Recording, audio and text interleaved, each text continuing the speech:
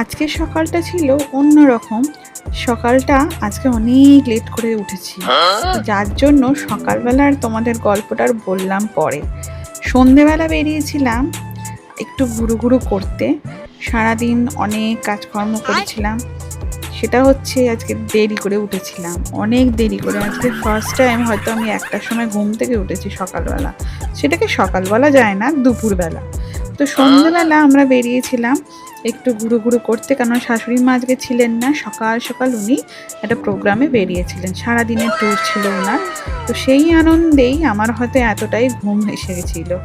যাই হোক, সকালবেলা আলু ভাতে ভাত খেয়ে বেশি ঝামেলা করিনি। অত বেলায় ঘুম থেকে উঠলে আর কি আর খাবো।